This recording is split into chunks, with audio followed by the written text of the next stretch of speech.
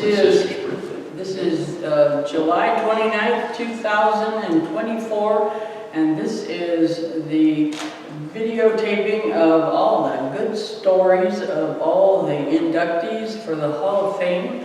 And we're going to start over here and introduce yourself and where you're from. Joe Hartzell, San Angelo, Texas.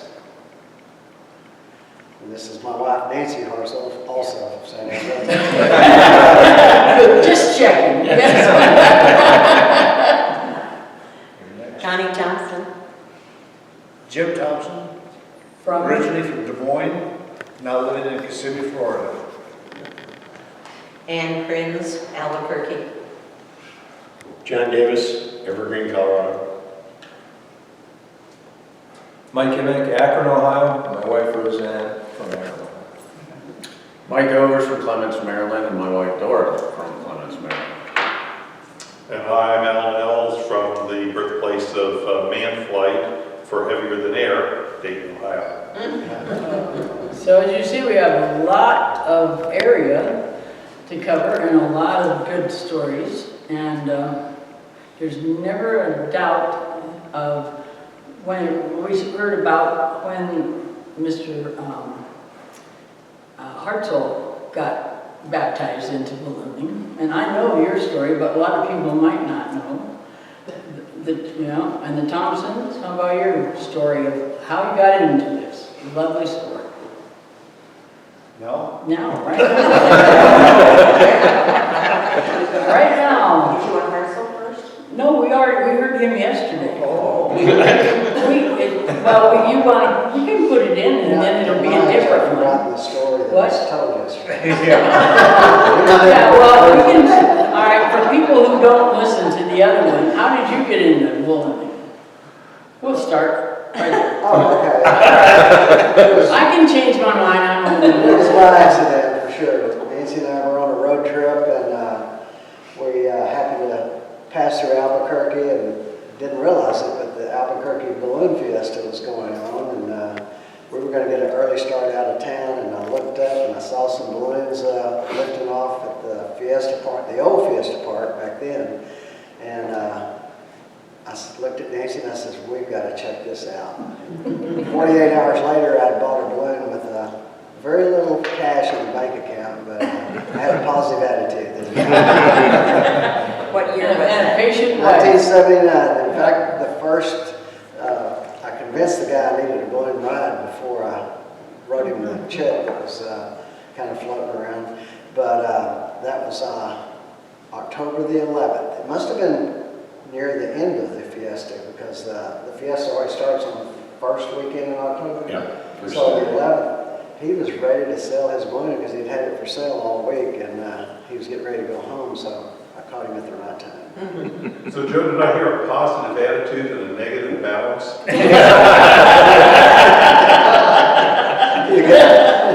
Oh, that's very well said. And as it turned out, it was the best thing that ever happened to the Hartzell family. It was wonderful. And then Nancy's known as the queen of the crew. Jim Burke said to me, he says, you're so lucky to have Nancy. Jim Burke's one of the greatest directors we've ever had in ballooning history. And David Levin, also a world-renowned Hall of Fame balloonist, both gas and hot air. And he said on multiple occasions, Nancy was the best crew chief in the world. And all of our accomplishments couldn't have happened without Nancy being part of the team. And she not only helps me, she helps other pilots, but sometimes not quite as much as she helps me. Well, I saw you were growing your crew. You know, all those little girls, and they're just right in there. She's got a crew in training right now. May I ask Mr. Hartzell a few questions? You can ask him all you want. So you said she helped you, but she would also help some others. Now, if I recall correctly, sometimes they would be lined up upwind of a target to kind of give you some guidance to come in, right?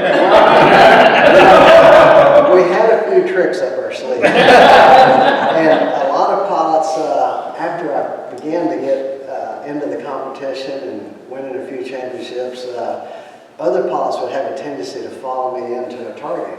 So I got to thinking, I've got to stop this. Well, Nancy would line up in orange vests, our kids, let's say the wind was 180 out of the south. So I'd make a nice, almost like an IFR approach in the plane. I'd have the kids lined up and I could see the orange vest and I'd just go right straight in. What the other competitors didn't know is that those kids would be moving around a little bit. And all of a sudden Nancy would have them 180 and then they might be 220 here in a few minutes. And I knew which one was the correct path to follow. The other ones didn't. So some of them would miss the target 20 degrees to the right and 20 degrees to the left. And some of them just managed to go right in on the target with her instructions. Now, her best ability was to see me 5 miles away in the distance. And she always wanted to make sure that my life insurance was paid up. Here she'd come on the radio and she'd say, "You need to come down now." And then she'd say, "Rip it out." I'm going, "How should I rip it out?" I really foreseen that. And did you But rip it out? I'm telling you, so many times in the distance, she'd save me from moving too far to the right or too far to the left. She'd seen other balloons come into the target and she'd know that, okay, you're in the right spot. It's all good. All was good, was great. Did you instruct your sons too? Oh, yes. Oh, Yeah. yeah. She actually gave them a lot more help than me. They always Once they do. got competing, I was kind of on my own. And, I was getting second information. You have more questions? No? Wait, Just the way you off can of some add- of his comments. Well, that's why we like this, because you can beat off other people and the good stories come out here, and just like that. That wasn't even in yesterday. So we got the good story. Now, which one of you would like to talk about how you got into this? Well, we got into ballooning because of a son that wanted to fly. And he got his license at 16. So we were his crew. And then after that, Jim got into it. And then we had another son, John, got into it. John's flying now out in Colorado Springs for Rainbow Riders.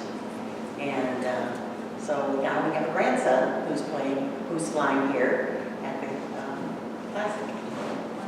It just keeps It just going. kind of It's became just a like you. family affair, just like It's everybody else.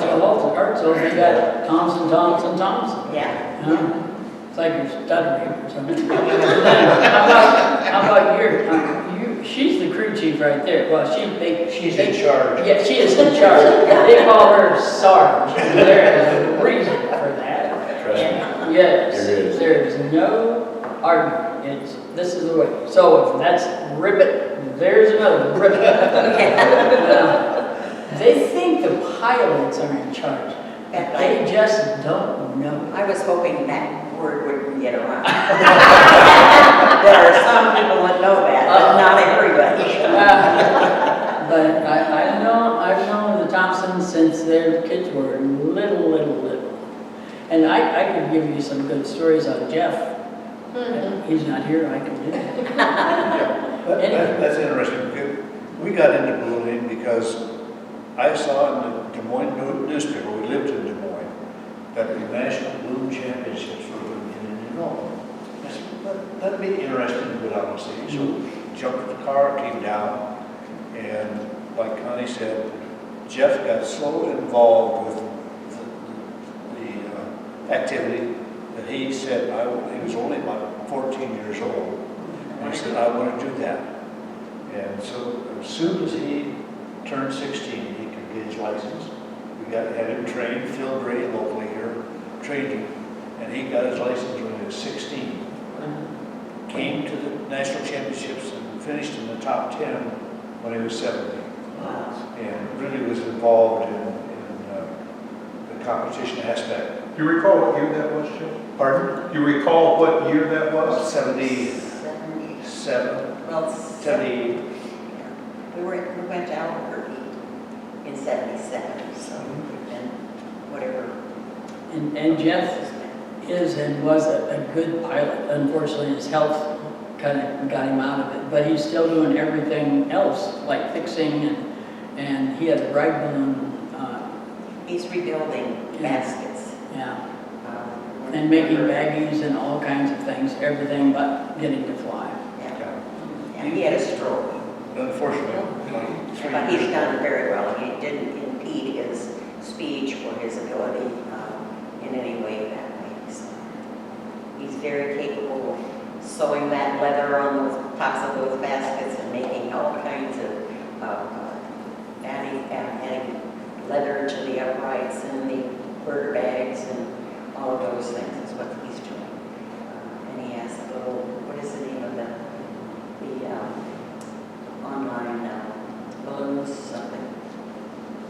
Oh, his website? Yeah. Lunatic, yeah, something like that. He's got another one too, Yeah. Yeah, Anyway, Potter balloons. yeah. after he got his license, I decided that maybe I should get involved. And took my training, got my license, and ultimately ended up as president of the local organization here that ran the national championships. And my name was on the deed, on the loan, I should say, for the field. With a personal guarantee? Was it on the mortgage, is what I meant? I didn't know anything about that at that time. Didn't worry much. But fortunately, we planned the field, got it laid out, set up, and it has worked wonderfully well. It is, in my view, the best place in the country to fly competition. Just no, hands down, with the hills and such coming into the field. You got to know what you're doing to score. But I've been very, very fortunate in my career to have her, first of all, as my crew chief. But we've flown Japan, we've flown in Europe, England. You've even been observers, haven't you? Yes, We have, gas. we have signed up for observers for gas points, which is one of the best things that I ever did in Blue. We were observers at Tyndall, South Dakota. They got world championships through there. And since then, we've been observers in Europe several occasions. We both ended up one year in Romania, and with that area, we've been, like I said, very, very fortunate. We got involved in the sport. I would go with one team, he would be assigned to another. And both of us landed in Romania. And my team was the French, first time they had flown in that competition and won it. And they landed on the beach of the Black Sea, just over the top of David Levin. And David was so helpful because he had already made arrangements for getting the balloons back to the hotel. And I was really proud of him for being such an ambassador. It's good. Yep, we've been very, very fortunate. They've seen the world through blooming. So, all right, Go, John. you're next. But, I think Jim brought a point. The Tell us ballooning really tells, your. I'm John Davis, I'm sorry. You know really I too. know, but the world doesn't. Do they need to? Yes, Okay. yes. From Evergreen, Colorado, been involved in ballooning since 1972. Saw the first balloon race in Albuquerque, and we decided that we needed to have a balloon. Bought a balloon, AX-5 Stokes, that came from the Buffalo Bill Wild West show, Kearney, Nebraska. And that's where we learned to fly in. We started a balloon club with $1,000 a person at that point in time. We didn't have a lot of money, and my wife at the time, Carol, sold her car come up with $1,000 to join the balloon club. Worked very well. You know, the person with the fewest number of hours got to fly, had a trailer, go pick it up and have fun with it, and that's where we started. I've had a great time starting flying in Albuquerque. Since '72, now I'm involved with the Balloon Fiesta Board, involved with the BFA, with the Hall of Fame Board, and I've had a chance to travel literally all over the world. Ballooning is an international thing, and it really gives you a chance to meet people, and it just makes your family bigger. You start with your family because they're your crew to start with, and then as you travel, your family gets bigger as you meet more and more people that come to help and get involved, and really kind of a fun thing to see how big your family is when you get involved in it.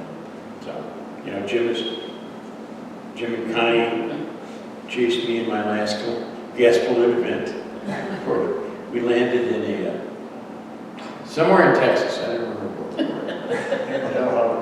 Near Delaware, yeah. And I was flying with Ruth Lynn and said, "Where are you?" I said, "We're over here. We're about 30 feet in the air. We're making coffee, just sitting on the end of our drag rope, bouncing up and down, and the stove going and boiling water." So, but we've had a great time. Gas ballooning has been fun. We were also crew when Carol That's right, Carol and and Ruth jumped out of the balloon. when they got into Oh. that big storm. Yeah, that's right. We saw them coming in, and then all of a sudden they were gone, and they had to jump out of that balloon. And we saw the balloon go back up, and we thought, well, they're adjusting or something. No, they had jumped out of that balloon at a pig farm. I had a secure pig farm. And they, secure.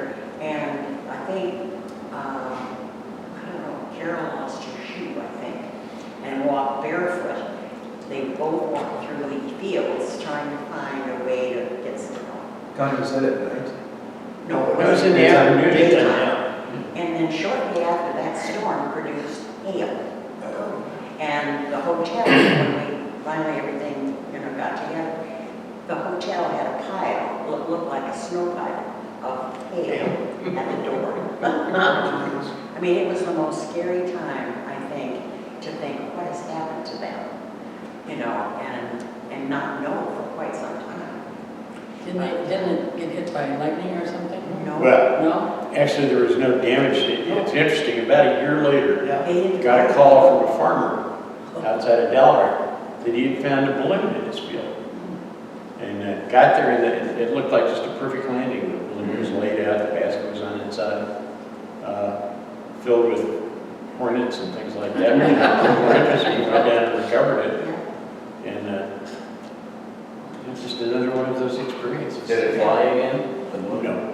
After a year laying out the sun and everything in fabric, we didn't want to find out. In the pig farm. Went in the dumpster. No, it wasn't in the pig farm. Oh, wasn't that No, one? the pig farm was a secure pig farm because they were exporting pork to Japan, I believe. And it had to be a secure facility that didn't allow any kind of diseases or anything. And that was why they walked up to the guard and he said, "How'd you get it here?" I Flew over. But that was another one of the experiences that, ballooning takes you places and lets you meet people that you wouldn't meet. So you look at the ballooning family that's here. It's a wonderful sport and a good time. And it's nice to be here in Indianola again, one of my favorite places. Thank you. And you meet a lot of people who live around here, because if you get in a ditch or you get stuck, the farmers will take their tractors or their horses or whatever, and they will very nicely pull you out. And just like over here, with the rain we had this morning, everybody steps in, picks up the tent and whatever else you fixed until it's ready to go.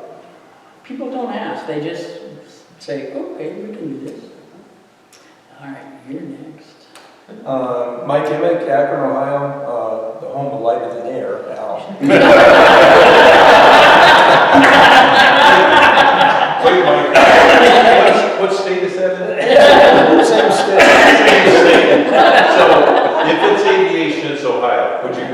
right. All right.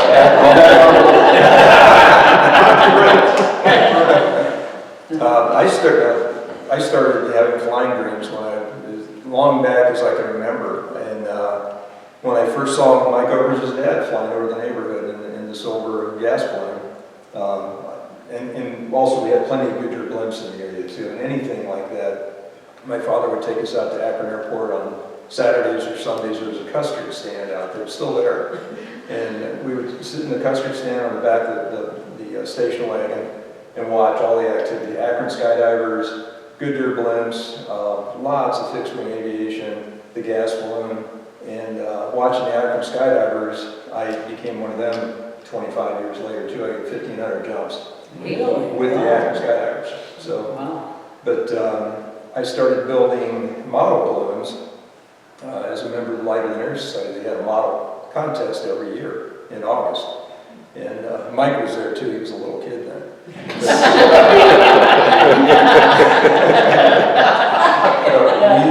We used to race them, and that's my first competition in ballooning. And I actually retired the Montgolfier trophy. You had to win it 3 years in a row. And we used to run after them. You know, they didn't take in a chase car. And these things could go for a mile or so. We'd run through cornfields and everything to recover the balloon, fix it if it was torn, and fly. But I built my first balloon. I was 19 years old. It was a Tyvek balloon. I got a set of Brian Boland plans and made it out of Tyvek. Flew it as, I'm going to call it one of the first hoppers because it's in, I hope it's still running. Yes, it's still there. It's a I little hadn't had it. It's sooty. the first time I've asked. It's a little sooty, but they I wrapped it all up. sewed that on my mom's home sewing machine. And then a friend, Arch Hawkins from Sebring, Ohio, he had a Picard and then early Barnes owner. Arch was great. He was just an artisan at building things, bending tubing, sheet metal, whatever. So he helped fashion the bottom end that's in the museum. I built the envelope.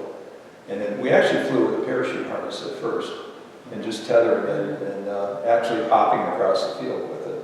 And then we put the little tiny gondola that Arch made with two plumbers' propane tanks, turned them upside down because they didn't have dip tubes in them, put a T3 burner on it, and just little tiny squirts. And the tanks would last, 10 or 15 minutes and we'd have to replace them. So that balloon still survives, and the second balloon is the same bore pattern, but made out of scraps from the balloon works. I had a friend that worked at the balloon works in Love Valley, and Gina would send these care packages up to Ohio. And they were big pieces of fabric, all different colors, so it was all like a scrappy attachment thing. And I think Ben Drennan still has that balloon. It's in his shop in Florida. But, so I went on from there. My first exposure to balloons, other than seeing Don's, was with the Balloon Flyers of Akron. It was called National Light of the Air. And these were gas balloons. And working on dirty, stinky gas balloons. And we worked very hard. My friend Armstrong and I and another kid named Dave Hill worked a lot, and then we would hear the stories about how wonderful their flights were. So we didn't get invited a lot at the beginning, and we didn't care. We got to work on balloons, go to Wingfoot Lake, go in the hangar, see all the stuff that we were interested in. So we eventually got our turn. And Bill and I were trained in the early 80s by Don, Mike's dad. But it's just been, my whole life has been light in the air. And fixed wing also, there are different avenues. I took, I got a commercial molding engine instrument because of my interest in skydiving. I was a jump pilot, and but still building balloons. I'm over 20 right now, 20 balloons. All are part of. I didn't build that many baskets and bottom ends you can reuse. Use the same bottom end for the same envelope. I just finished one a month ago, so we just did a test inflation on our 54,000 cubic foot double hopper. It's got, yeah, got a Venano bottom, double bottom end, and a nice 16 bore 54,000 cubic foot balloon. So, and my wife Roseanne came in later in my ballooning career, maybe a little bit about halfway through, but she's been a real big asset to me. Very good navigator. She took the co-pilot's course for fixed wing too. And, Can't read winds like she can. but she does a really good job in competition, big help. And she was very happy when we started using Glimpse, because she doesn't have to hear me on the radio telling them where to go. She still don't know where to go. Roseanne has helped on gas balloons too, and Al and I actually are partners in a gas balloon with the Aero Club of America. There's 10 of us that own that balloon, so Al and I have not flown together. I would love to fly with Al someday, and I hope we get to do that. But we worked together on that, and we've had a good time with it. And we have the same problem that was described in the book Bill and I wrote, getting gas over here. It's easy in Germany, it's not easy here. And hopefully we have an inroad on that with Bert's friend that supplied the gas for his transatlantic attempt. I think he's going to be involved with us, I hope. But still getting hydrogen here it's really expensive. They want the lead time, they want a week notice now.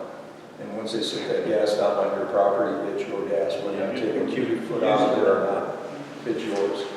So that makes it very difficult. But the same reason we're flying hot air balloons, the same reason our club bought one in 1970. We had a club to card, it was a 70, for that very reason, because it was easier. And then I don't know if you brought up yesterday or about the 8-hour commercial license, but I have one of those. And the guys teaching, and I had multiple instructors. I had Art Swanson, I had Jimmy Contos, he's in the book. None of those guys had more hours than Bill on it. Maybe they had 2 or 3 hours of hot air. So they didn't know what they were doing, nor did I. I didn't know they didn't know what they were doing. But I didn't care because I was 18 years old. Yeah. But we would fly. Navigation wasn't, they didn't worry about navigation. We just flew and then landed. We landed in a place called the Ravenna Arsenal one time, and it was still going on during Vietnam. They were loading artillery ammunition. It was a big place, 57,000 acres, just northeast of Accra. And it was built World War II, but they were still using it in Vietnam. So we're flying along, and I was flying with Jim, and he says, okay, there's a great field up there. Look at there's a road, there's no wires, and we're wondering what those mounds were. Same thing, and we're rock out. So we landed. Nobody around. We didn't have radios in those days. We just started using CDs after that. We didn't have radios. Crew's supposed to be there. No one's coming, no one's coming. It's a Saturday morning, really hot, just like today. And so all of a sudden this deuce and a half shows up with 6 guys with M16s and a sergeant. And we thought, well, we have a little problem here. So Jim goes up there, and they didn't know what to do with us. They didn't, So why are we here? Well, because we landed here. And he says, don't you know where you're at? And we said, no, do you see the signs? The signs are on the fence. So we're flying over the fence. We can't see that. So they helped us pack up, and I remember one of them commenting, look, they must have come down. Look at the size of the hole on the top of that balloon. And it was an old Raven S50 with the Velcro rib. So we ripped it out. And so they took us back out to Route 5, and our crew was there, and everything turned out okay. But You didn't go there again? no. But most of that's gone now. There's lots and lots of deer in there now, so they have control on us every year. But National Guard, I think, trains there. But anyways, it's been a wonderful experience. I'm glad Roseanne is willing to participate. You can't do it without her help at home. So, and she puts up with all the hours I spend in the basement sewing. There's a lot of hours involved too, but that's what I enjoy doing. I like putting things together, creating them, and I don't build them to sell them. I have sold some, but it's more for me. I think it's a good mental exercise. It keeps me going. And I have a ton of fabric left too, so I've got to Gotta use it all up. And I told Roseanne, I said, we're really in the fourth quarter of life, you know. So I got to use up some fabric. So how many balloons do you have finished right now? I just have 5. Just 5? And you fly all 5? No, it kind of as needed. I have two little hoppers, a 28,000 and a 34,000 with a single chair. I have a 41,000 cubic foot balloon. I set the national distance record with. I still have that. It's made out of some real kind of proprietary fabric, and I'm surprised no one's used that yet. So I don't want that one out of the barn too much. And, so it's in there. I've got my racer I built, my 68,000 cubic foot racer, and I just finished this 54,000. Wow. But they're little. I mean, like the hoppers are 50 pounds. I put a complete hopper system in my Honda Civic, except for the fan. Yeah. And, that was I built 2 balloons over COVID, just the 28 and 34, just for something to do. And I thought I'd build a little tiny fan. I have a Klein fan, one of those they're kind of pricey, really neat little fans. But so I got a Harbor Freight $99 engine. I went to a thrift store and got a walker, an invalid walker, and cut it down and made a frame out of that, a little piece of aluminum. And the most expensive thing was the prop, and it was $150 or something from a guy down in Alabama. So I put a little 3-blade prop on it, put that all together, and it works great. It's got a lot of power, and it was $200-300 in it. So I like making things. It's fun. Anyway, it's a privilege to be here. It really is, just to sit with you guys. So. Mike, I hope on your fourth quarter in your life that you're looking forward to double overtime.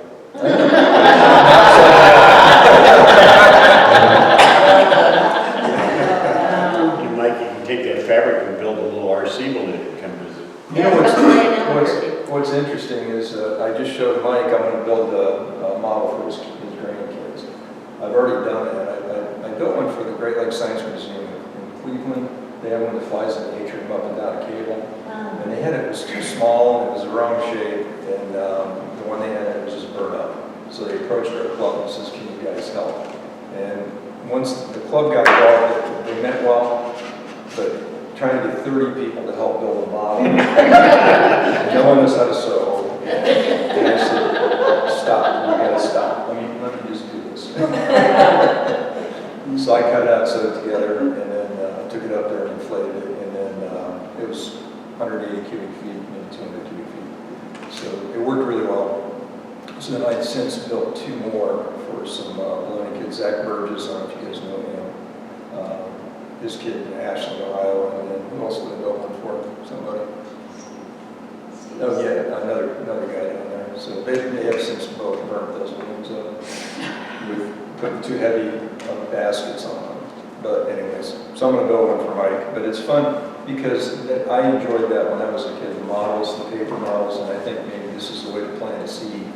You know, even if there's 10 kids involved, one of them's going to take off with that. Yeah. They're going to remember that, and then when they get old enough and they have a little bit of money, more than you had, they're going to buy a balloon, or they're going to remember that and maybe want to try and build one. I'm trying to encourage that, and it's just the younger kids now they don't want to do the research. They don't want to they don't want to go to the thrift store like I did to look for the fabric, which I had found fabric at salvage marts and so forth. And I think that's part of the fun in experimental building. And but they want everything done. Where do you get everything? How do you do this? I'm not going to look for anything online to do any research. So I'm trying to. Ben Miller, a young guy, he's in competition now. He's got his purple, gray, and white racer, kind of designed after mine. He's doing very well in competition. 3rd place in Middletown. He went to the Nationals. He's involved, and I taught him how to sew. Told him how I build things, and he took off from there. He called very little, and he has a really, really nice balloon, and he's already started another one. So at least I got the one kid. It starts with one. Okay. Mr. Overs? Yeah, so I'm Mike Overs, I'm here with my wife Laura, and I'm actually not one of the inductees, I'm here. Just sit here. I'm here on behalf of my late father, Donald Overs, who was very much a enthusiast, very passionate about ballooning. Started out with gas ballooning in the 40s when he was, in his teens, but that actually started out with his interest in blimps and being involved with, Goodyear at Wingfoot Lake in Ohio, near Akron, the birthplace of life. Yeah, and I could go on and on about all the adventures and stories, etc. Mike and Emick and Wayne Armstrong, their co-author of Hands Off, the book I held up yesterday. That has just been such a blessing to me because it reminded me, although I participated in a lot of the activities, the adventures, I flew a lot, when I was young in hot air balloons. I was more interested in going fast and flying airplanes and landing on carriers, and I was blessed with that. That was a childhood dream of mine, because I remember my dad asking me, I was about 10 years old, what do you want to do when you get older? And I said, well, I want to fly airplanes on the aircraft carrier. And, it was a rough path getting there at times, because, we're all, I'll call myself stupid as a teenager and doing things that, we regret, but you get beyond it, you learn from it, and I was able to achieve that. And a lot of it has to do with my father, but the book that they wrote, it just brought back some great memories for me. One thing I really liked about it, the ballooning and the community, is the stories. Because they're just, you can't experience that anywhere else. And most of it's true. They may be embellished a little bit. No, not embellished. Yeah, and in the Navy we talk about sea stories, and it's kind of similar. But there's definitely truth to all this. It's just you add a little bit here, a little there to make it a little colorful sometimes. The gentleman he mentioned, Jim Contos and Mark Swanton, Roger Walcott, another pioneer in aviation. These guys. They, like you said, they didn't know much, they, and all our explorers that have done fabulous things, in the world and history, they went out there with a lot of more questions than answers, and took a lot of risks, but learned a lot as they went along and were able to pass those things down the line. Being able to document those things, having a balloon museum to maintain the history is very important. I was telling Mike, the stories. I participated, like I said, I saw a lot of this. My dad, he was just fabulous as far as, he was very passionate, but he really liked the science part of ballooning and how things worked, and became a recognized expert on how gases, lifting gases, and how you could actually use air to benefit you, that's heavier than these gases, as a anchor for launching a balloon, or you use something like that to your advantage, and that story's in the book as well. But I was telling Mike yesterday about driving up to Sugar Bush, Vermont in 1975 to hopefully film part of the flying sequences of the movie To Fly, which was shown in the Smithsonian for many years, a lot longer than it should have been. It was the first IMAX film ever made. But we drove from Pittsburgh, and I think it was, I know it was my dad driving, Roger Walcott was sitting in front of me, and I think it was Fred Kissel driving all night, and from the time we left until we got there, Roger Walcott was talking about every story he could think of in his life. Somehow, I'm talking, it was a benefit to my dad because it kept him up while I was driving, but somehow there was a connection from one story to the next. It just, I don't know how, but somehow he made it fit. And this guy, you talk about storytellers. I can still hear him talking, and I can hear Jim Contos as well. His voice is described in the book. It was kind of like a whiny, defensive, or that kind of thing. But I really liked that how it was described. But he talked the whole way, and at some point, Fred Kissel, another balloonist, you know, he, in a not so nice way, you know, told Roger Walcott to, you know, shut up, we're trying to get some. He kept talking. So, but, you know, that's the part that, you know, people miss. And it really, I don't know, it's just it just brought some great memories back for me. My dad, very smart guy, as I said. I don't know how, you know, I'd love to see how people's brains work, you know, the connections and, you know, all the things that happen, but he was able to explain the most difficult concept or theory in such a way that it just made sense. But, you know, Mike and William Armstrong, you know, both very dear friends of his. He used to talk about these gents a lot and their adventures. You know, I regret, you know, not being more involved in ballooning in some ways. But as you said, it's never too late, you know. But it's just a magical community, you know, and family, you know, like you said, people would bend over backwards to help each other, you know, still do. Sorry we missed some flights this, you know, week or being able to see, but we'll come back or go somewhere and try to make it happen. I wanted to try to get Dora a ride this week, but just didn't work out with the weather. They have an offer at Akron. Yeah. Can I tell us? Is that Sure, right? absolutely. First of all, his dad is a super low-key, very smart nuclear engineer guy. So we like, you know, we had fun with Don. But he told Mike, and I think Bill Armstrong told me, he said that Mike said that Don really enjoyed being with Bill and I and the balloons because he really let his hair down. Man, if that's letting your hair down. You could cut loose. You know? I never saw him cut loose. But Fred Kissel, the guy that gave me my first ride, helped on our boat. Dr. Fred Kissel, he's a PhD in chemical engineering for the Bureau of Mines, and saved a lot of coal miners' lives. He's had some patents on some things. Another really intelligent man, and guided some of my sporting activities like kayaking, sailing. He did that. And I thought, you know, that's a great thing to do. You know? So I still do that.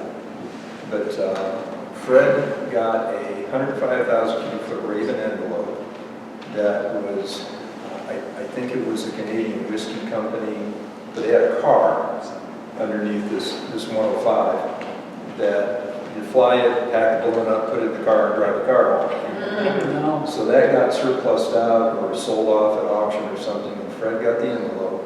I don't know how he found it, and it was N1920R, I remember the N number. And so Don helped Fred rig the cables and put him in touch with Don Picard, who built a larger basket for that envelope, and they got an experimental certification for it. And then the first basket was a packing crate. A packing crate, just a wooden packing crate. So they used that to test the burners, the cables, make sure the cable lengths look good, all that stuff. And then finally Don got the basket finished and brought it to him. So then Fred, that's the balloon I tethered in at Lakehurst. And then Fred took me for my first, and multiple flights after You that. didn't tether in the packing crate. I did not. I wish I could have. There's on my tether flight at Lakehurst, there was a guy on board named Captain Vern Smith. And you can look and later in their history. Vern Smith had like 40,000 hours of light and air time in airships, World War II airship pilot, Goodyear airships. And the guys down there, he's renowned for his airmanship. They said he could write his initials in the sand at Lakehurst with the nose lines of an airship. Wow. I mean, it probably an embellishment, but he was that good. And I was standing with this old guy in the basket. I didn't know who he was. And he said, you know, that's Captain Vern Smith, you know, so. So how many hours do you have? I just have about 1,500. I don't have that many. But they're all quality hours. Okay. And you survived. I did. And safe hours too, because Safe. you're here. Yeah. Yeah. But I remember flying in that balloon up in the, I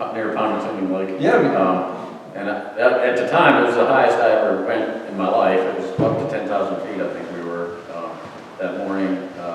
But yeah, that was a big balloon. Fred loved flying Yeah. high. Yeah. And then later he got a jack-o'-lantern. He did the Was first it Barnes balloon? Barnes, the first Great Pumpkin that Barnes made, and that was Fred's. Yeah, so watching that at night, just illuminated, was a neat thing. But yeah, so yeah, my father definitely influenced my interest in naval aviation. And, you know, again, a blessing, childhood dream of mine to be able to get a lot of flight time, a lot of scary night landings, and you know, cap shots, etc. So, anyways. Tell me the story you told me last night at supper. During Desert Storm, I was deployed on the Roosevelt, USS Roosevelt, CDN 79. Flew out for a mission, a nighttime mission. By then, things had kind of settled out, but we were still doing, you know, we were still armed airplanes and flying out with a weird aircraft configuration that made handling of the airplane somewhat difficult. But flying out, I had an issue with the aircraft that by NATOPS, Naval Aviation Training and Operations Manuals, you know, you go through certain steps, and again, like I said yesterday, these steps were established based on former mishaps and, you know, people try to improve the safety. So the steps established for this particular problem, you know, said, you know, essentially I'll paraphrase, don't go back to the ship, land at a divert field. So I was off to Bahrain, my wingmen, they sent back home to the ship, and that was what, you know, you talk about aircraft mishaps, there's, you know, chains of events that happen. If you're able to break one of those links in the chain, then you can prevent one of the incidents. Well, it didn't happen there. I ended up having to eject out of the airplane, a lot behind what happened there. I ejected out of the airplane over the Persian Gulf, came down at night, was in the water for about an hour and a half trying to talk on the radio, get a couple airplanes, helicopters vectored to me, eventually got a U.S. Navy helicopter vectored to me.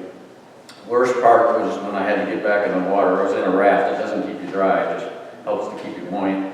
Waves are, you know, somewhat strong, the water's cold. And the thing I was really worried about, first of all, getting ejected out of the airplane, it's like somebody takes you by the shoulders and tosses you, you know, within a split second across the road there. I had passed out for a few seconds, and the thing I noticed the most was how quiet it got once I was out of that airplane. Pulled my radio out, started trying to, you know, talk to people. The thing that I worried about most was, uh-oh, I'm in trouble now. I really wasn't, I was sore, but I wasn't really worried about, okay, you know, how am I going to get out of this one? So I'm in the water, and the worst part was when the swimmer jumped in. I had to get out of my raft and disconnect some things for me. Worst part was the helicopter over top of me, hovering, a lot of water, upwash, the waves. And right when I was ready to go like this to the swimmer, because I felt him grab my shoulder, because I felt like I was going to die. I was going to drown right then and there. I couldn't breathe. I felt the tug of the winch. Took me up to the helicopter, kind of got hypothermia, and, you know, and then by then it's like, okay, things, your physiology really gets impacted, you know, because your mind, you know, everything changes. It took me to Wisconsin. Next day they took me back to the ship. I had to go in front of a board and talk to some folks. Eventually healed within a couple weeks. I was back flying. So things turned out okay from that perspective. But the funny thing is, well, part of it is, how many years later did we move to PAX? Maybe 10? Yeah, maybe about 10 years later, I get reassigned to Patuxent River Naval Air Station, Maryland. It's kind of the Edwards equivalent, the Edwards Air Force Base equivalent. A lot of testing and development of airplanes and weapons. But anyways, I get there, and I end up running into the gentleman that picked me up in the helicopter. No. I didn't know it was him because my daughter at the time was 5 or 6. She wanted to play t-ball. She ends up on this all-boys team because they didn't have any girls teams, and he was the coach. And I still didn't recognize him. But backing up a little bit, he recertified me after my first tour at A7s in a T-34 trainer, because we use them for target spotting, and that's where my knowledge of him and relationship with him started back then. So he picked me up in a helicopter, 8 years later, 6 years later, and then we ended up at Pax River where he is. And his dad had started a government contractor company years ago that this gentleman picked me up, was working at. Now I'm working in that building that they, had for another contractor. But so it's just kind of strange how all these people, keep hitting at different spots in your life. I mean, I still run into them occasionally in the area, but it's just very strange how you cross paths with folks. It's a small world. Yeah. But anyways, really back to my dad and gentlemen like Mike and William Armstrong and all those folks, because that's where a lot of the achievements for this community are, and I really appreciate that talk because it really influenced me a lot, and I love being around those. All those men just listening to the conversation, and, always very friendly, but just very neat. So, thanks. All right. Well, You have I wanna to- share- You have to tell who you are and where you're from. I'm Becky's friend. It didn't work for me. My name's Albert, and I go by Al Nettles, and home is actually Beaver Creek, Ohio. Dayton is a suburb of Beaver Creek. But Beaver Creek has been home to me for many, many years. And my story is somewhat, I was listening to what Mike was saying, and I was listening to your naval experience, and probably my biggest influences in what I did was, first of all, a vivid imagination. I used to daydream I could levitate. I would dream at night I could levitate. You would go across the field, and when you come to the trees, you would just lift up and levitate over the trees. You wouldn't Superman it, you could just levitate. And they used to always think that even as a kid, when the light bulb would be burned out in the light fixture, if I can will myself hard enough, I can levitate up there and change out that light bulb. And that was my personal influence. And then my influences at home was a mom who worked at the cafeteria at the elementary school, and a father who was in the Navy pre-World War II, and he was spent time on an aircraft carrier as well. But it was actually, and when I look back at his pictures, believe it or not, they had biplanes on the aircraft carriers.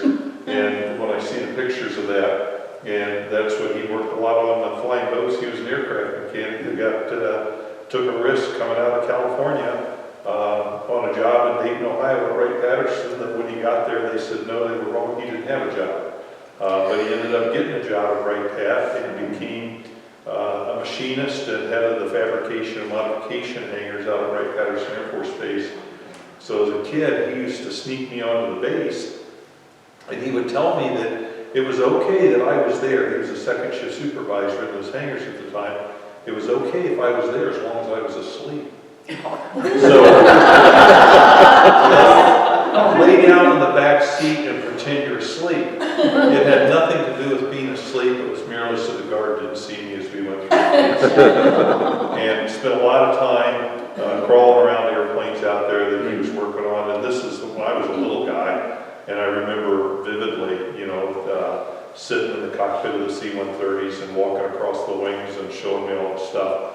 It was interesting. Many years later, when my dad was in the 90s, and that was the R&D hangar for Wright Patterson Air Force Base, I had taken him out there. I think he was 95 at the time, and we were walking through the hangar, and he says, "There's a safe right behind that wall." And my father had a phenomenal memory. I can't believe it. He said, "I think I still know the combination," and he did. But they had never changed it. So it was, and Dad, being a machinist, heavily influenced me because Dad came home one day and we had a dry cleaning bag, and he turned on the stove burner and held the dry cleaning bag over the stove burner. And I watched that inflate with the warm air, and he let it go to the ceiling. I thought, now that is cool. And I talked to my mom, I said, can you bring home some straws from the school cafeteria? So Mom brought home straws. And I take the birthday candles onto the straw framework that I made. You take 4 of the straws, 8 birthday candles, and I would go get suit size. I didn't make the balloons. I would go to the dry cleaners and beg for the big tall bags, the suit size bags, and do that. And then I'd get some of the Bernzomatic torch, warm that up, and carefully go through there and light the birthday candles, and away it would go. But they would fly so much better at night because you could see them. And you could follow them. In fact, one time we actually followed one that really took off, and it came down just inside the front gate of Ray Patterson. We turned around and let that one go. But the problem was, if you had any wind at all, and I didn't understand this, other than as a kid I was also fascinated. I'd want my kite to go as far as I could, so I'd go by Darman string, because it was very thin and yet strong. And I didn't want to wipe it all back in, so it had to be really cheap because we came from a very frugal environment. And I would be real fascinated when you'd have like a half-mile of kite string out, how it would change direction. Well, it was the wind changing direction with altitude, you know, and that was my first hint. Hey, check that out. But I would do these model balloons, and probably the worst experience I had was I decided to let one off during the day. My brother wanted to see this, and he was older than I was.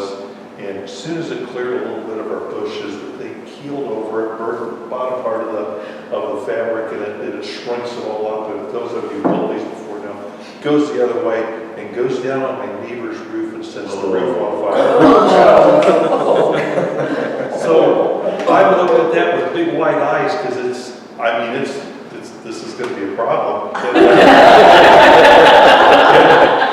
My brother, not wanting to get either one of us in trouble, he was 10 years my senior. He says, quick, come here. And he boosted me up onto an area of the roof, and I ran over there and just stamped it off and threw all the debris off. So the neighbor never knew that there was. But the other person who influenced me, believe it or not, was a potato farmer. And I had discovered that if you mix aluminum and lye together, you make hydrogen. Wow. And I couldn't afford aluminum foil, so Dad would bring home aluminum shavings from the machine shops. And I had glass bottles of all things. It was the dumbest thing. I used glass bottles that Mom brought home from the cafeteria and made this arrangement where I could mix the aluminum and lye in the glass bottles and take those same dry cleaning bags and be very careful to tie them off. They actually work quite well. And fill those with hydrogen and let them go. But I put a postcard in it. And I let one go in the fall, and it was the following spring I got the postcard back from a potato farmer in West Virginia. That he found this out in his potato field and apologized because the disc had come off one corner of the card. Okay, and sent it back to me. You talk about a little kid that was absolutely elated that, look at this. Well, that was back in the days when it cost you a full $1 to talk for 3 minutes. And I begged and pleaded that I just wanted to call and talk to this guy who had found the card. And Dad relented and let me talk for 3 minutes to the potato farmer. And I wish I had this guy's name. Of course, I'm sure he's long dead, but the idea of what an influence he had on a youngster by just taking the time to return that postcard that I put in that balloon. And then when I went away to college, there was a fellow named Greg Wilson who was piloting the Budweiser balloon. I had crewed for a fellow up in Flint for over a year with the promise of somebody getting to ride the balloon. And it was an air show after a year of crewing that they asked if I wanted to go crew for Greg Wilson that day in the Budweiser balloon. And when he took off, he flew over Flint, he landed on the other side, and he said, would you like to go for a hop? I did not want him to take back the offer. I literally dove into the basket. I went in head first because I was in that basket. I wanted in there and let's go do this. I called my brother after the flight because I was a college student, putting myself through school. I borrowed the money from him. I started flight training a week later. And a month after that, I too had an 8-hour commercial certificate. And that was my real start to this. And it's been an absolute wonderful experience, the places I've got to go, the people I've got to meet, the landowners who you talk about Indianola, what a great place it is to fly, and the beautiful area that you have, and normally the great weather, but it's the people and the landowners are so kind to us out here that this just really makes it worthwhile. And from that point forth, this whole thing has been a tremendous adventure, from giving flight instruction to Walter Cronkite to flying Soviet cosmonauts in Russia. Sorry, but you know, in all the places, the people I've got to meet, and the things I've seen, and the adventures I've shared with my family, I don't know how she could live without this sport. It's been great. Do you ladies have anything you want to add? No. I mean, they said you're in charge, you can't say, there's nothing that you can, Well, I didn't come into the picture until after, you see, Mike's dad was 70. Yeah, about that. About Yeah, 70. yeah. So he was pretty much. No, He was just a kid. yeah, just a kid, yeah. Yeah. So I didn't really get to experience too much. But what do you remember about it? When you let loose. I never got to experience No, you weren't a balloonist, so there was really a difference. It might have been subtle, but it was. Yeah. But it was nice that he did have that community of friends that he probably wouldn't have had he not been on the balloon. Because he was just, like you You said, know, like quiet. you said, he could fix everything, Oh, yeah. anything. It sounded like you could do the same thing. Well, I tried. And also, it looks like you could do just about anything with your little basement and your material and everything. And I don't know about Mr. Armstrong, but it looked like the three of you were like the three musketeers as far Yeah, it was a as good taking team. on the world. It was a good team. It really was. It's been a fun time. It is. Do you have anything you want to add? Otherwise, we're going to come back over here. Go back over. Okay. All right. Just one short story. I was trained by a pilot from Ankeny, Iowa, Norm Dockster. Rough old guy, and just perfect for me. He'd take me out with him flying. He always had a couple other passengers, and he'd give everybody burner time. Passengers. And I was always the last one to have burner time. When I got in the balloon one day with him, he landed, jumped out of the balloon and says, "You're slow." Wow. And we were going east, north of Interstate 80, up in Ankeny. 15 mile an hour on the surface. What? Yes. I didn't know it. And so I climbed along and found a bunch of trees, went up over the trees, and there's an open spot. So I pulled the top and landed, and the balloon stayed above me. It was the first landing that I had that was not a lay down. Every other landing I ever had was laid, and I thought I did it all wrong. But that was my first experience of flying a balloon, and I never did learn how to land. You must have because you're here. That same guy took my son, John, who's now with Rainbow Riders, and let him have burners. And lo and behold, there's a lake out by Des Moines, and there's a nice big area with the dam edge. So John comes down with that, knocks the thing over. My daughter falls out. Everybody's there. Jeff's with us. Jeff has the balloon. And so he jumps on. They were ejected? Yeah, we got Doc out and we got John. And then Jeff jumps in with Jim to get the balloon stabilized, and then they took off. And so then we had to chase I had chased. And we chased them until Jeff brought the balloon down, and I couldn't find anybody else because they were stuck down into the basket that they were singing. But, you know, and ice cold water. We got those in there, and I turned the heater up as far as I could go, and tried to dry them off with whatever I had, jackets or whatever. And so this guy would, you know, be very generous with his burgers.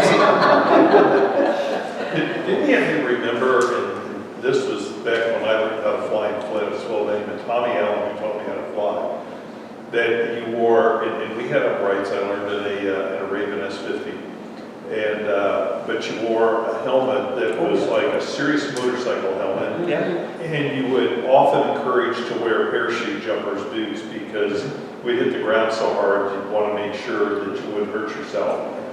And I remember that he used to always say, when I was first learning, and I couldn't understand what was happening, is after I would fly, my legs would be horribly sore.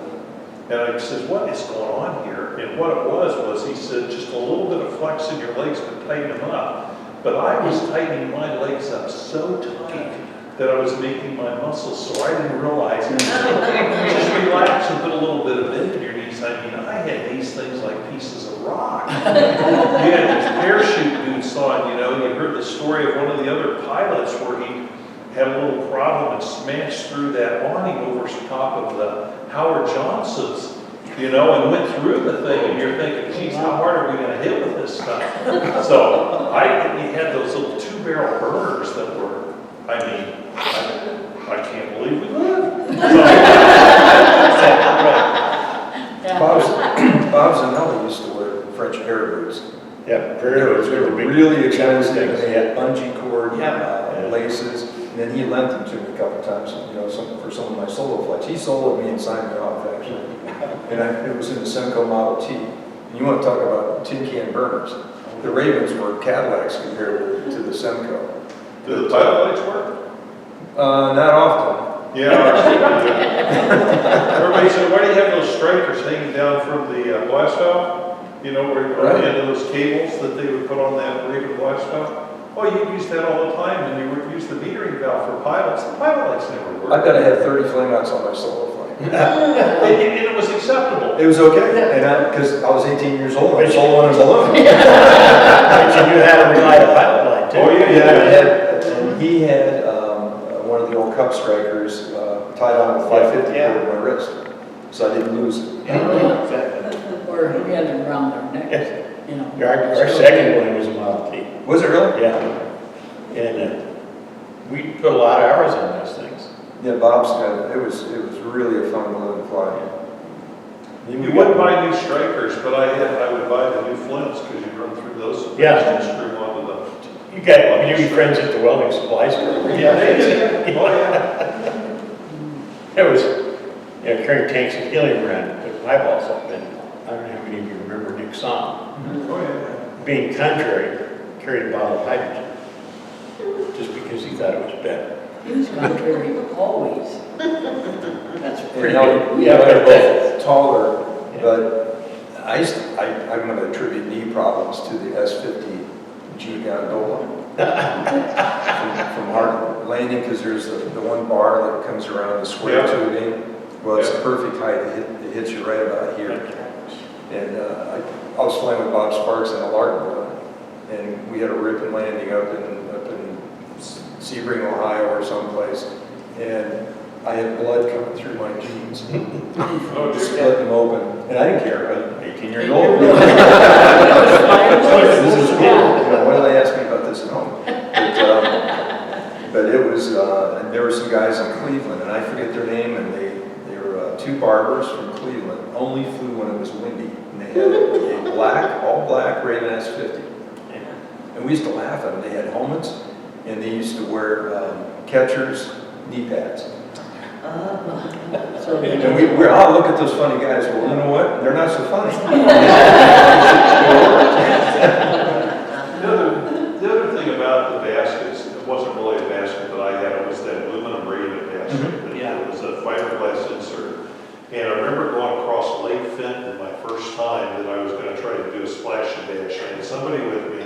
I had this big aircraft radio, I forget who made it, but it was this big blue thing that was strapped on the side because we were going into the airspace for Bishop Airport, or likely to. And there's boats out on the lake, and it didn't seem that windy. And it's real easy, as those of you who've flown, if you're looking ahead on a water landing, that's not a good idea. You want to check to the side to see how fast you're really going up and down, because it's very deceiving when you're looking straight ahead. And I hit the water a little harder than I expected. So this has got this fiberglass insert in it. The basket actually stopped for a little bit as it tilted over. All the water starts rolling in. And now I got this cup of water and this whole basket at the bottom of the water because it's not going to let it out. And we keep we keep going in farther, and I'm and now it's up to my chest. And the bag of avionics is now lifted, or with all your flight gear in it, is now floated out. And here comes some guy in a boat that had clearly been drinking.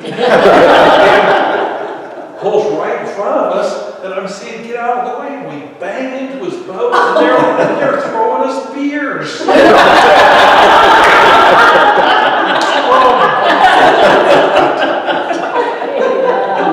Of course, we did get a little bit even, with them, and they're intoxicated. And when I finally got the balloon to pull out of the water, and all that water cascades out of the corners, it all went into the boat. The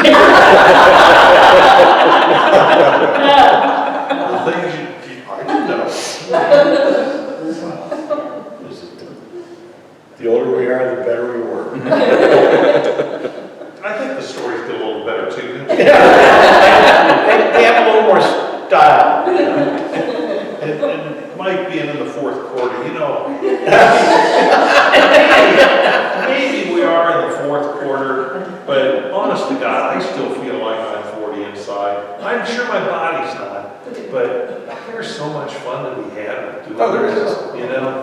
I wasn't given a length of time to the fourth quarter. The clock stopped. What we really use that fourth quarter for is if we say we want to do something. Yeah. So it's like, we want to do this. Well, you know what? We're in the fourth quarter. It's time to do it. Right. Yeah. You want to go to what, you go to what. Yeah, it's just one of That's those right. incentives to make you go ahead and take that shot. Right. Andrew, what did I tell you is going to happen when you try to pay for the mortician bill? The check will bounce. Yeah, if you do it right, there's maybe a penny left. Yeah. Now, is there any place or country or anything that you haven't done that you think in your fourth quarter that you want to do? Whether it's a place, if it's a state, if going up, I don't know, in the atmosphere. Do you have any of those wishes? The moon. The moon, you'd like to go to the moon. Well, anymore, it's even be possible if you got the bucks. Do you have anything, sir? I know a lot of the competitors in here get to fly in Europe and go cool places like Austria and the Czech Republic and all that. I have not done that. I've only flown to Canada or from the United States to Canada in a balloon. But I would like to go to Germany sometime and fly with Willie or fly with somebody. Yeah. Just because we don't get to fly gas here because it's so expensive. You can pay for a trip and fly gas there cheaper than I can buy out here before North Carolina. I'll tell you a quick story about Willie. I was observing for gas balloons over there and went to Romania. My pilot's balloon was damaged and they had to ship it back. So I was riding back to Germany with Willie. Going through a border, getting out of there, Willie pointed to me in the back seat and says, "He's paying for everything."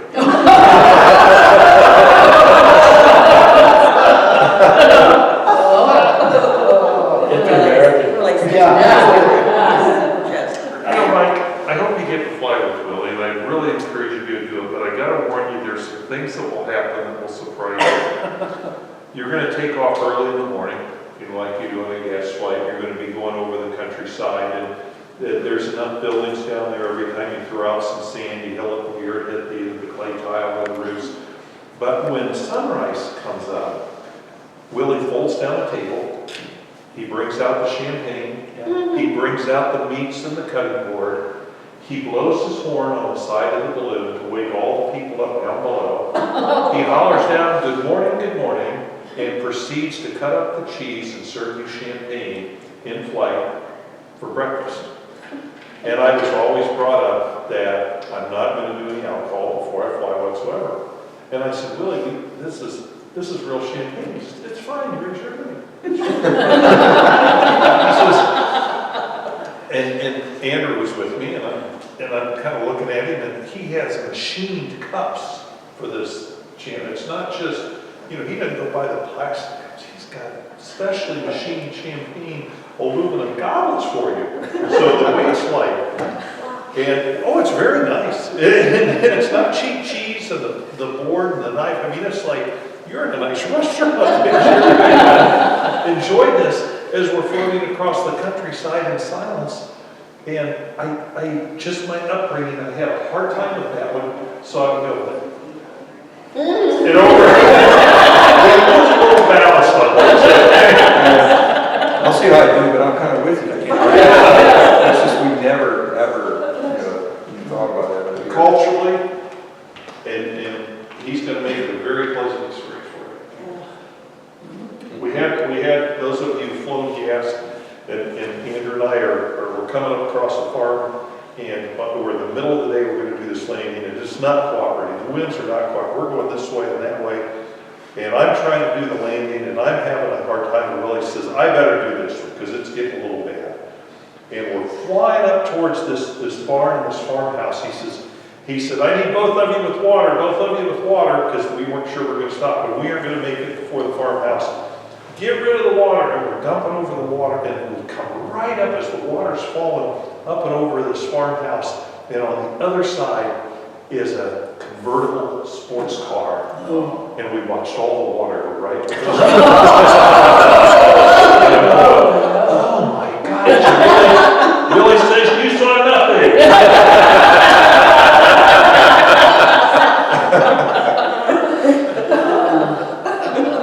See, that's on my bucket list, is to do gas Oh, that's the place to do it. in the Alps or wherever. Nothing like it.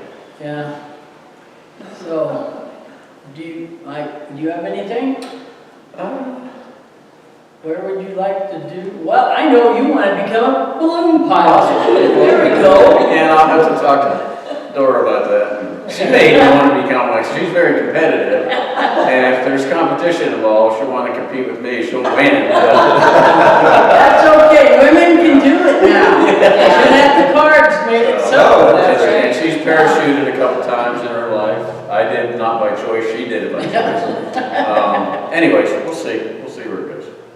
We knew the right people. Anybody? No. Anything? I know you've got to have something. Hey, Becky. You're in the fourth. I'm in the fourth quarter. Yeah, I know. What? I'd be more, if you would ask me that question, it's not where I want to fly, it's probably who I want to fly with. I'd love to go fly with John. I'd love to go fly with Mike and Gas. I mean, Joe and I have been around each other for years. We've never been in a basket together ever, Joe, have we? I know. He's leaving. Well, that would be good. It's probably, there's a whole lot of people that I have shared time in the sky, but we're never, and of course, most of my flying solo. Well, we fly together, but we fly in the same sky. Exactly. We don't fly together. You know? Yeah. And it's interesting, it's an interesting thought. Do you have someone that you'd like to fly with? I think a whole bunch of people I'd like to fly with. I'd like to fly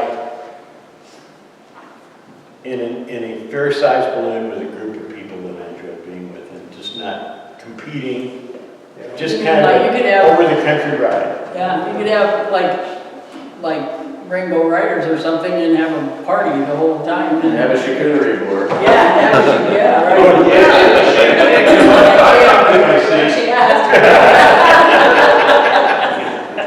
No, it's kind of funny because, you know, drinking champagne in a balloon just seems natural. And I think one of my first gas flights over the Alps, we were probably 12,000, 13,000 feet, and the horse pulls out a bottle of champagne and says, "Welcome to the balloons." Yeah. And just, you know, it works. I was sitting in a field in Belgium during the World Championships, and Dewey said, "There's wine in our lunch bag." Glass of wine? No. Why not? On the field, I'm good. Let's Yeah. go. You got a good dry? Yeah. It's a lot better than the Indy 500 in bottled milk, right? So, well, thank you all for coming in. I love these stories, and this is where we get them because, you know, the young ones don't have stories. You got to be in the fourth quarter to have stories. It's the early in the fourth quarter. Early, yes. Early. Maybe late third quarter. I'm still So, do you have Mr. Hartzell, do you have anything that you would like to add? He's not going to say anything.